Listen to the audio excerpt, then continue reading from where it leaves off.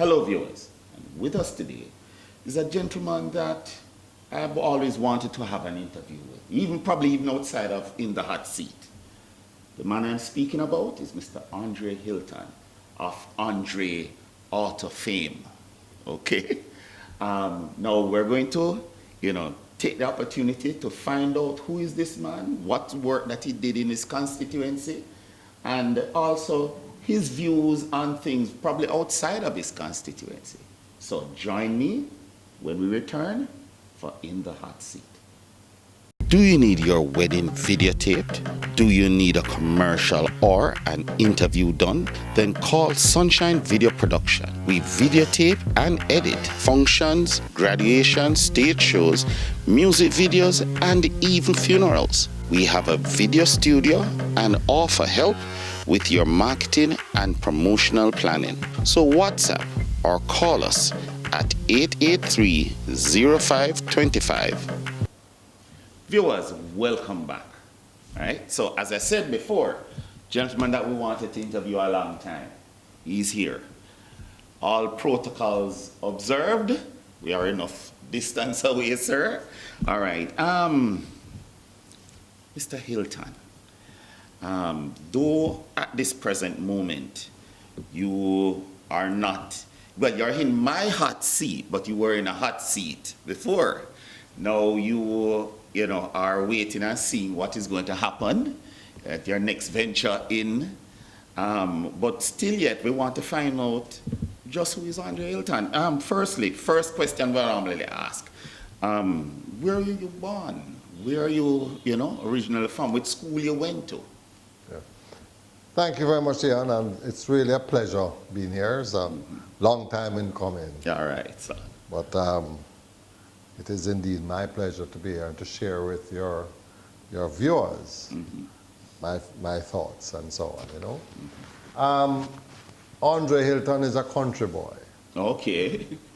So I was born in a district called Newport in St. Catherine. And that's when you go to Bogwalk, you turn right, you go Riversdale.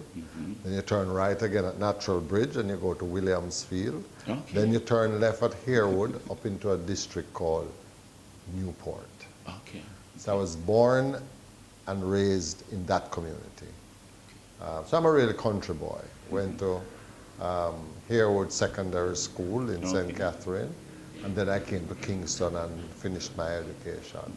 Now when we say country now, we're talking about the days when you had stone road. Okay. No asphalted road, no electric light, no running water. All right. So you had to go to the river for water. You had to run 3 miles barefooted on stone road to school in the mornings. And you had to use the home sweet home kerosene lamp. Yes? All right. So that's the kind of country life I'm talking about, not the fancy ones now with water heater and electricity. So I'm a country boy at heart. But I came to Kingston as a teenager. All right. And dropped out of school and started working at 16 years old. And, and then it went on and on. Okay, and on. Okay. Well, while you mentioned about schooling and so on, but what would have been your first job when you started to work? Well, at 4 days after my 16th birthday, I got my first job at Mitchell's Auto Supplies, which was on Agley Park Road. That answers a lot of questions, no? Well, I tell you this, it was on Orange Street in those days. Okay. Right? And I was 16 at the time. And I started as a youngster because I said my parents had it rough, and I decided I want to go to work and then to finish my education. So 4 days after my 16th birthday, I started my journey to learn the auto parts business. Okay. So, and I remember my first pay was $25. Now, $25 is a lot of money in those days. But being I never realized I was poor. Looking back at it now, I could say I was poor. I never thought of myself as poor. But I had one good, what you call Sunday best. that I could wear to work, Okay. which I had to wash on Wednesday evening, put to dry behind the fridge on Wednesday night, iron it Thursday morning, and wear it back to work on Thursday. Okay. So one polyester pants, a brown polyester pants. So my first $25 I went to West Parade at Manhattan House and bought myself my first pair of jeans. Yes, at 16 years old I bought myself my first pair of jeans from my first paycheck. All right. By the second paycheck now, I bought 2 shirts and I was on my way. Then I started saving $10 a week. Okay. And, you know, just started getting I wouldn't serious say about poor, it. you mean humble. Humble beginnings. But, you know, when based on what people call it, no, it'll be poor, you know. But nice country life, man. Good country life. Came to Kingston, started working early. And by 17, I decided I was to bank with the credit union. Okay. Church's credit union back in those days. And I went to them and told them I wanted a loan because I want to move out of my mother's house and buy furniture. So they said, no, you're underage. But I said, how can I be underage and you're taking my money? Yeah, all right. So I can't let me have a job and you're taking my money. You must give me a loan, have a steady job. They eventually gave me the loan at 17 years old. All right. And I bought my first bed, my first second-hand stove, my first... So you also showed that you have some negotiating skills. Yes, man. At 17. At 17. So I moved out of no one in the master stay, but I told my mother I wanted to be on my own. And looking back at it now, it's probably a madman. But that's how independent-minded I was. And I wanted to make life. I wanted to be my own man, and I wanted to stand on my own feet.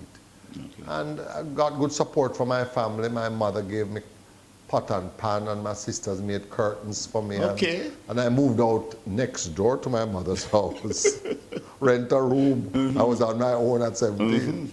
Okay. So that's how it is. And then eventually, at age 19, I started my business with $40 and a bicycle. All right, but before we start there, one of the questions I would like to find out, you have already spoken to the fact that you had a good family support system right away, Yes. you know, which would have helped you to make those type of decisions and so on. But outside of your family, are there persons who at that age you feel, well, would have made that type of positive impact on your life that weren't family members? Oh yes, because I was a ardent churchgoer and we had a lot of support from the church.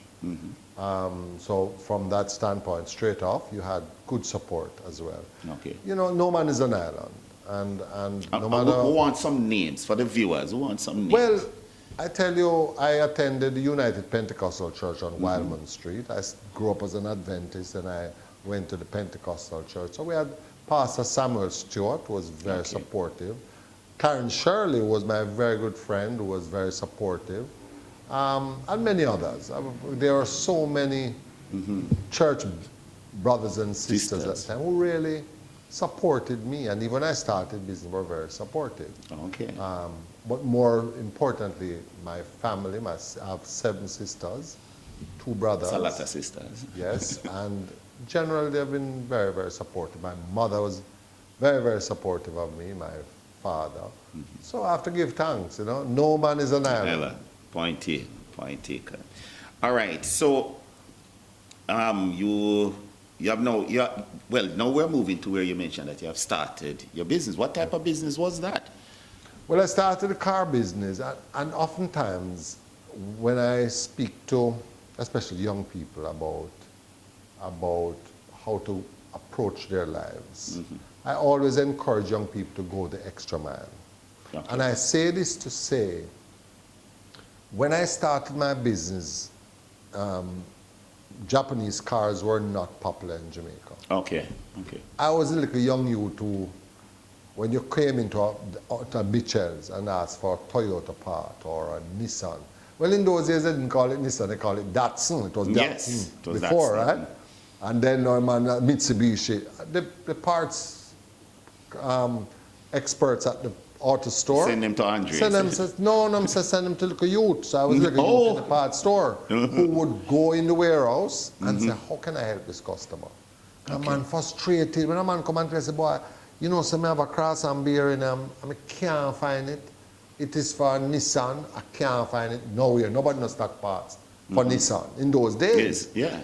I used to take it and go around the warehouse and match up the thing, man, and see if I can find something to work.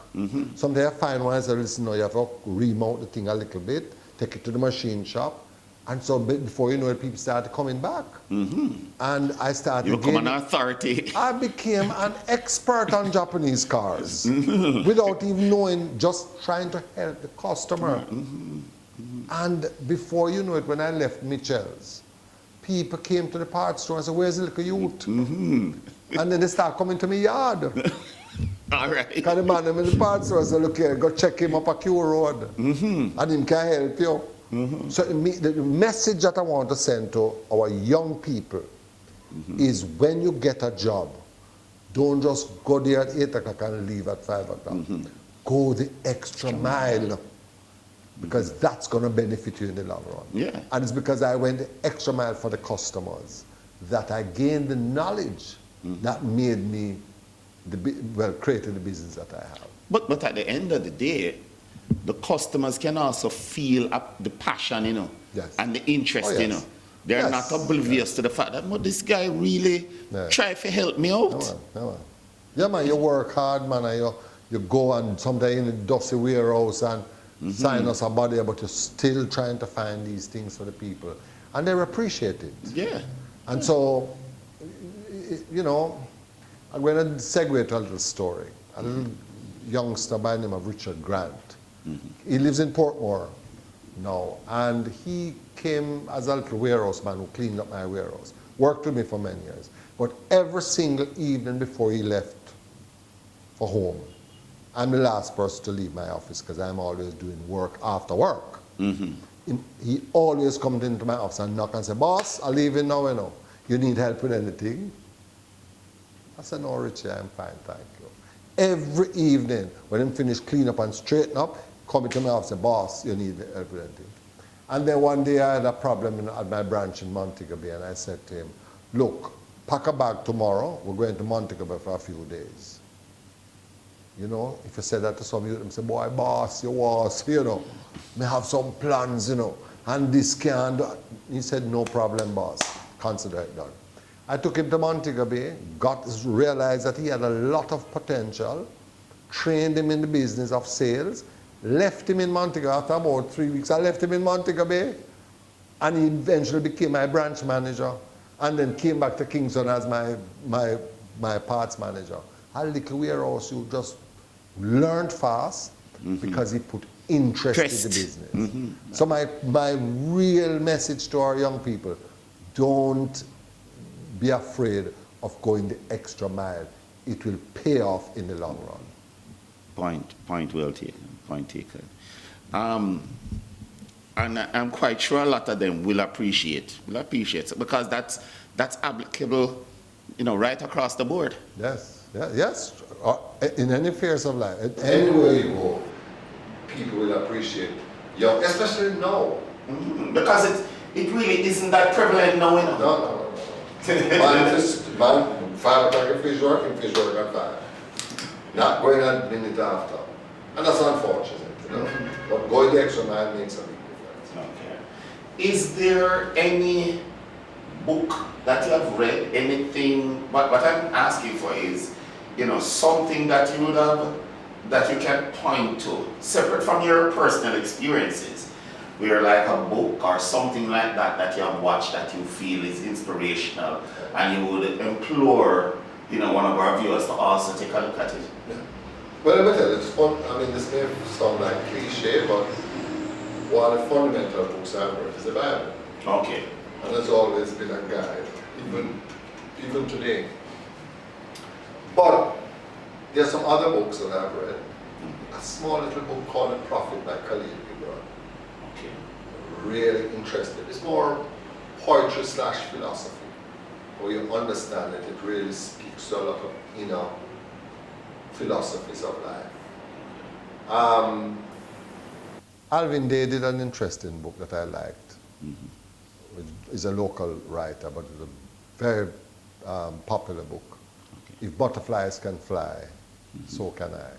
Okay. And when I got into business, I did a lot of study after I went into business. And one of the books I really fell in love with is The World's Greatest Salesman. Okay. Who is that? Lia Yakuka? O.G. Mandingo, I believe it was. Okay. But Okay. very powerful book. I don't like long books. And of course, being in politics, I've read a few of Norman Manley's, the one that Rex Nettleford did, and then the other one that Arnold Bertram did, Norman Manley Making of New Jamaica. And of course, I've read one or two of Michael Manley's books. And they give you some interesting perspective, especially one on Norman Manley and the New Jamaica.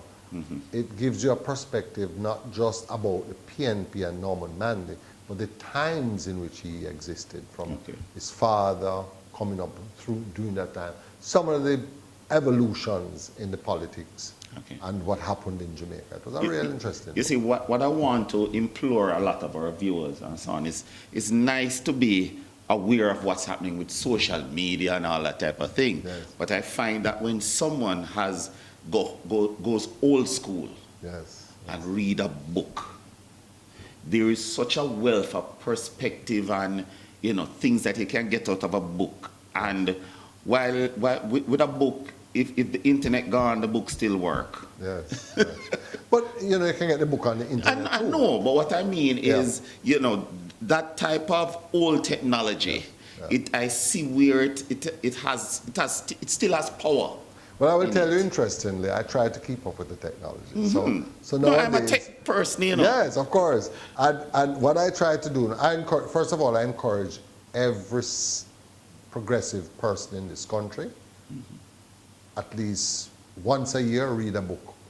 Once a year. Yeah. Once a year, try and read a book. My father told me many years ago, any little piece of paper with something right on it, read it. Some information is on it. That's why it was written down. That is right. But no, I read book online. I read books online now, so it's not. I'm not saying that I have a hardcore book.